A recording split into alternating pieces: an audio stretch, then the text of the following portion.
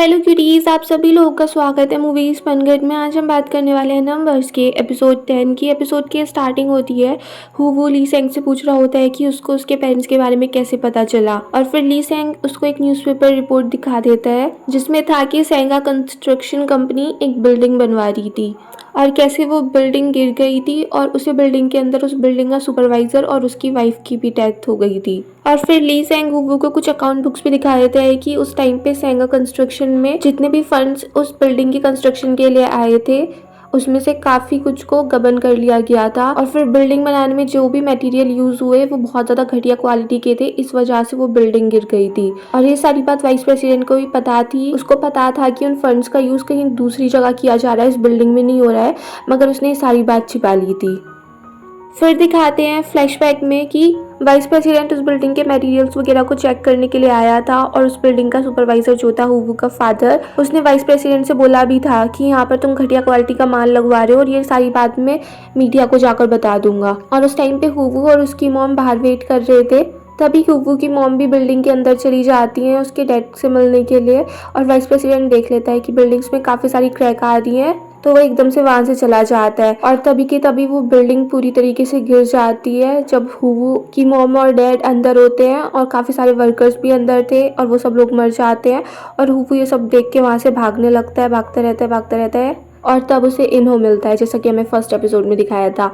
वो न्यूज़पेपर और वो अकाउंट बुक लेके हूवू वाइस प्रेसिडेंट से मिलता है और वो उससे कहने लगता है कि तुमने मेरे पेरेंट्स को मारा था, मगर वाइस प्रेसिडेंट सब कुछ मना कर देता है कि मैंने ऐसे कुछ भी नहीं किया है। और फिर वो हूवू से कहने लगता है कि तुम कैसे अकाउंटेंट हो, तुम्हारे पास कोई एविडेंस ही नहीं है और यहाँ पर तुम मुझे गिल्टी प्रूव करने के लिए आ गए, और अब तुमने मेरे साथ जो इतना रूडली बिहेव किया है ना, इसका तो बदला मैं लेके रहूंगा। फिर दिखाते हैं योना अपने डैड से पूछ रही होती है कि जब डैड मैंने आपसे मना किया था कि आप उन लोन कंपनीज को मत खरीदो, वो अच्छी नहीं है, तो फिर आपने क्यों खरीद ली। बट योना के डैड उससे कह देते हैं कि इससे जिसान बैंक को कोई प्रॉब्लम नहीं होगी, जिसान बैंक बहुत ज्यादा बड़ी है। फिर दिखाते हैं योना के डैड ने वैसे मना ही कर दिया था कि वो ये ऑनलाइन लोन कंपनीज नहीं खरीदना चाहते हैं, मगर फिर वाइस प्रेसिडेंट उसको धमकाने लगता है कि अगर इनको तुम नहीं खरीदोगे तो मैं योना को बता दूंगा कि तुमने अभी तक कितने सारे क्राइम्स कर रहे हैं, कि कैसे तुम अभी तक जिसान बैंक के प्रेसिडेंट बने हुए हो।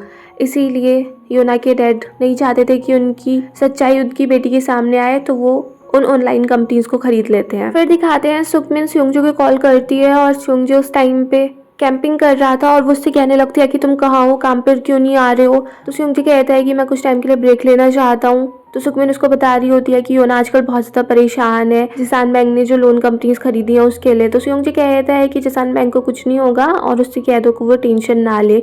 फिर दिखाते हैं हूवू भी बहुत ज्यादा परेशान था। जब वो घर आ रहा था उसका ध्यान सिर्फ अपने पेरेंट्स को लेके था, वो सारी चीज़ों को समझ नहीं पा रहा था, और तभी वो एक आदमी से टकरा जाता है और उन दोनों में लड़ाई हो जाती है और हूवू को अरेस्ट भी कर लिया जाता है। फिर योजिन और ही सैम उसको छुड़ा के लेके आते हैं। योजिन उससे जानने की कोशिश भी कर रही होती है कि हुआ क्या है, मगर हूवू उन लोगों को कुछ बताता नहीं है। फिर दिखाते हैं स्योंगजे सुकमिन को बता देता है कि जिसान बैंक की सिचुएशन को किस टाइप से हैंडल करना है, और वो उसको ये भी बता देता है कि इसमें भी वाइस प्रेसिडेंट का हाथ है। और फिर वो कह देता है कि योना को और कैंग्यून को क्या करना पड़ेगा जिससे वो लोग जिसान बैंक को बचा सकें। फिर दिखाते हैं च्योंजा के रेस्टोरेंट में कुछ अकाउंटेंट्स लंच के लिए आए होते हैं, और फिर वो उस वेयर हाउस वाली आग के बारे में बात करने लगते हैं कि कैसे डायरेक्टर सिम की डेथ हो गई। और फिर उनमें से एक अकाउंटेंट ये भी कहने लगता है कि खबर तो ये उठ रही है कि इसके पीछे भी वाइस प्रेसिडेंट का ही हाथ है, कि आग उन्होंने ही लगवाई थी। और यही सारी बातें वहाँ पर एक आदमी बैठा हुआ था वो सारी बातें सुन लेता है। फिर दिखाते हैं हाईवोन यांग से जानना चाह रही थी कि तुम बीमार हो तो तुम यहाँ पर काम करने क्यों आ गए। पहले तो यांग उसको बता नहीं रहा था, बट फिर वो उसको बता देता है कि उस आग के पीछे जेक्यून का हाथ था, कि उस आग के पीछे वाइस प्रेसिडेंट का हाथ था, और मेरे पास एक प्लान है जिससे मैं सारी सच्चाई सबके सामने ला सकता हूँ। फिर दिखाते हैं योना भी परेशान हो रही थी क्योंकि हूवू भी काम पे नहीं आया था और हूवू भी बहुत ज़्यादा परेशान बैठा था। इन सारी चीज़ों से उसको बहुत ज़्यादा गहरा सदमा लगा था। फिर दिखाते हैं यांग और कैंग्यून मिलते हैं और यांग उसको बताने लगता है कि वाइस प्रेसिडेंट के पास एक पूरी लिस्ट है उन सारी कंपनीज की जिनका वो बहुत अच्छे से ध्यान रखते हैं। तो कैंग्यून उससे पूछने लगता है कि वो ये सब कुछ क्यों कर रहा है। तो यांग कह देता है कि मुझे पता है कि मैं थोड़े टाइम बाद ब्लाइंड हो जाऊंगा, मगर उससे पहले मैं वो सारे काम करना चाहता हूँ जिससे मेरी बेटी सेफ रह सके, डायरेक्टर सिम का बेटा भी सेफ रह सके। उनके लिए मैं इस दुनिया को एक अच्छी जगह बनाना चाहता हूँ।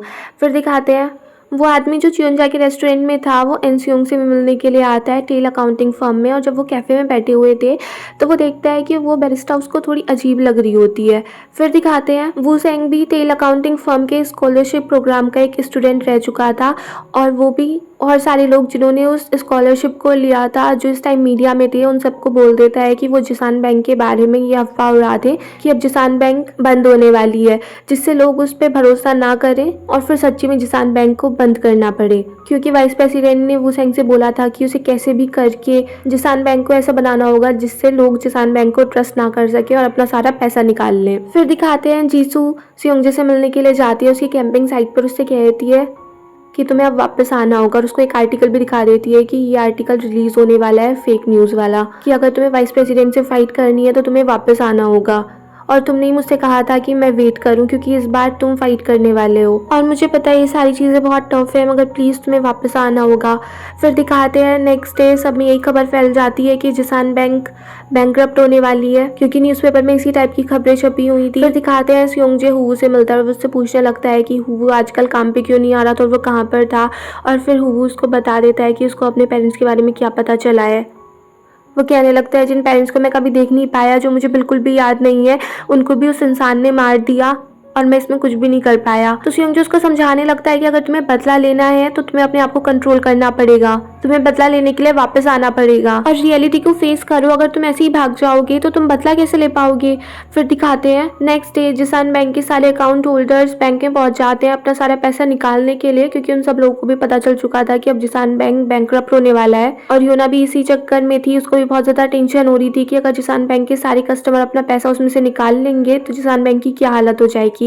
बट सियोंजे उसको समझा देता है कि जब तक कि जो कस्टमर हैं जिनका ज़्यादा बैलेंस बैंक में पड़ा हुआ है वो पैसा ना निकाले तो जिसान बैंक को कोई प्रॉब्लम नहीं होगी। फिर दिखाते हैं जीसू सियोंजे को बता देती है कि मैंने एक मीडिया वाले को कन्विंस कर लिया है, वो जिसान बैंक के बारे में एक अच्छी रिपोर्ट पब्लिश कर देगा। और यही बात सुन के वाइस प्रेसिडेंट को बहुत गुस्सा आ रहा होता है कि किसने किया। फिर दिखाते हैं टेल अकाउंटिंग फर्म के कैफे में सियोंजे कैंग्यून से कह देता है कि इस टाइम जो वो ऑनलाइन लोन कंपनीज हैं उनकी ओनरशिप तुम ले लो। और यही सारी बात उनकी फिर से वो बैरिस्टा सुन लेती है। फिर दिखाते हैं हुवू फाइनली काम पर वापस आ जाता है और उसको देखकर योना बहुत ही ज़्यादा खुश थी और फिर ये हुवू योना को एकदम से हक कर लेता है, दोनों हैप्पी हैप्पी हो जाते हैं। फिर दिखाते हैं वाइस प्रेसिडेंट ली सेंग से मिलते हैं और वो उससे कहने लगते हैं कि सेंगा ग्रुप के अंदर एक चिल्ड्रन फाउंडेशन है, उसको मैं हैंडल करना चाहता हूँ कि कभी थोड़े अच्छे काम कर लेने चाहिए। फिर दिखाते हैं हुवू सियोंजे से टकरा जाता है और सियोंजे उससे कहता है कि तुम्हें जो भी काम करना है वाइस प्रेसिडेंट को हटाने के लिए, उनसे बदला लेने के लिए तुम कर लो, तुम किसी चीज़ की टेंशन मत लो क्योंकि मैं तुम्हें कवर करके रखूंगा। फिर दिखाते हैं हुवू कॉफ़ी लेने के लिए कैफ़े में जाता है और तभी उससे कॉफ़ी गिर जाती है तो हुवू बैरिस्टा से सॉरी बोलने लगता है पर वो बैरिस्टा उससे साइन लैंग्वेज में बात करने लगती है ये शो करने के लिए कि वो सुन नहीं सकती। तभी वहाँ पर एनसियोंग भी थी तो वो हुवू को बुला लेती है। तो हुवू उससे पूछने लगता है कि क्या मैं टेल अकाउंटिंग फर्म के चेयरमैन से मिल सकता हूँ, क्योंकि हुवू को यही लगा था कि अभी तो सियोंजे के डैड वाइस प्रेसिडेंट ही हैं तो इस कंपनी के जो चेयरमैन है मैं उनसे बात कर सकता हूँ, उनको ये सारी बात बता दूँ कि वाइस प्रेसिडेंट क्या चाह रहे हैं। बट एनसियोंग कह देती है कि चेयरमैन से मिलना इतना आसान नहीं है, तुम उनसे कभी भी नहीं मिल पाओगे। फिर दिखाते हैं ली सेंग हुवू से टकरा जाता है और वो उससे कहने लगता है कि जब मैंने तुम्हें इतने सारे प्रूफ दे दिए हैं कि वाइस प्रेसिडेंट ने तुम्हारे पेरेंट्स के साथ क्या किया था तो तुमने अभी तक कुछ करा क्यों नहीं है। बट हुवू ली सेंग से पूछने लगता है कि तुमने मुझे ये सारी चीज़ें क्यों बताई हैं वाइस प्रेसिडेंट के बारे में, जबकि वाइस प्रेसिडेंट ने तो ये तुम्हारी हेल्प की थी कि तुम चेयरमैन बन जाओ। बट ली सेंग कहने लगता है कि मैं उसको कभी माफ़ नहीं करूँगा, उसी की वजह से तुम्हें पहले सेंगा ग्रुप का चेयरमैन नहीं बन पाया, अब तो ये मेरी ही पोजीशन थी, मैंने अपनी ही पोजीशन छीनी है। और जब वो लोग बात कर रहे थे तब उनकी सारी बात वू सेंग सुन लेता है और वो चेयरमैन को जाके बता देता है।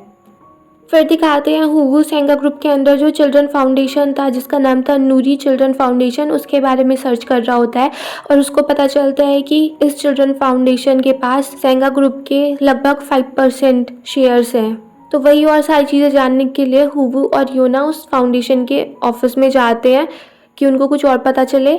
दूसरी तरफ सियोंजे और जीसू भी डिनर कर रहे होते हैं और सियोंजे कहने लगता है कि अब तुम यहाँ से जब सब काम खत्म हो जाएगा फिर से हांगकांग वापस चली जाओगी, मैं भी सोच रहा हूँ कि मैं भी वहीं पर ट्रांसफ़र करा लेता हूँ। और फिर वो एक गिफ्ट लेके आया था बेबी के लिए, उसमें एक ड्रेस थी और उसको देख के जीसू हंसने लगती है और वो कहने लगती है कि तुम अभी तक चेंज नहीं हुए हो। सियोंजे कहने लगता है कि प्रॉब्लम क्या है, ड्रेस तो अच्छी है। जीसू कहती है कि तुम्हें अभी तक ये नहीं पता है कि मेरा जो बेबी है वो एक लड़का है, लड़की नहीं है।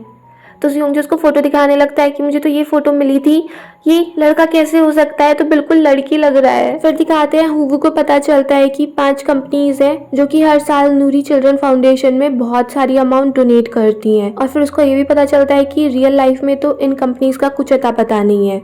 और फिर यंग भी इसी सब चीज़ के बारे में रिसर्च कर रहा था, तो वो हुवू को वो सारी कंपनीज की लिस्ट दे देता है जिन पे वाइस प्रेसिडेंट कुछ ज़्यादा ही ध्यान देता है। तो हुवू फिर बाद में समझ जाता है कि जो कंपनीज वाइस प्रेसिडेंट को बहुत ज़्यादा पसंद है और जो वो 5 कंपनीज उस नूरी फाउंडेशन में पैसा डोनेट करती हैं, वो दोनों सेम ही कंपनीज हैं। और फिर उसको पता चलता है कि फाउंडेशन उन सारे पैसों को जिन प्रोजेक्ट्स पे लगाता है वो प्रोजेक्ट्स तो कहीं कुछ है ही नहीं। इसका मतलब है कि यहाँ पर मनी लॉन्ड्रिंग हो रही है और इसको और कोई नहीं बल्कि वाइस प्रेसिडेंट खुद ही कर रहा है।